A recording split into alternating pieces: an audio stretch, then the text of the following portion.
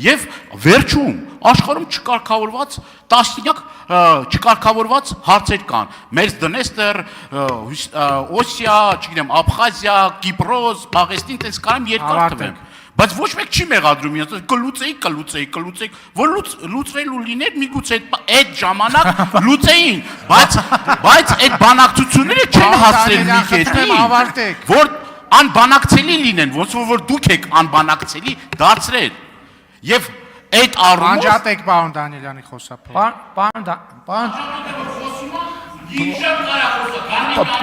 Պարոն Դանիելյան, մի գոռացեք տեղից, խնդրեմ պարոն վարչապետ։ Պարոն Դանիելյան, դուք ձեր հարցին ըստեյության պատասխանեցիք։ Իս ժողովրդի հետ այդ թեմայով չեմ խոսել, որովհետև նոր ասում էի, որ 2019-ից հետո բա ինչ ենք արել։ Ուզեցել ենք հասկանալ, բովանդակությունը խորանալ, որ դա պարզ հարց չի։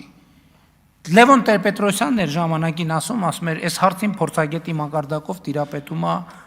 4 հոգի, 5 թե 4 հոգի։ Չեմ խոսացել, որովհետև այդ պահին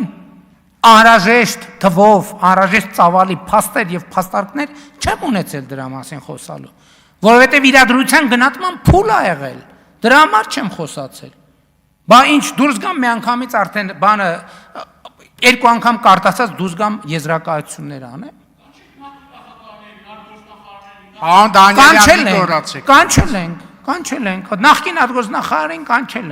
կանչել եմ մի ժամ թե 2 ժամ խոսացել են, տեսել եմ ոնց որ բանը, ասուլիսում խոսալիս լինի, էլ չեմ էլ հանդիպել, որովհետև եկել ա նստել հեքիաթներ ա պատմել, ես կարդում եմ տերմ իրա պատմած հեքիաթները իմ դրա առաջ դրած թղթի հետ կապ չունի։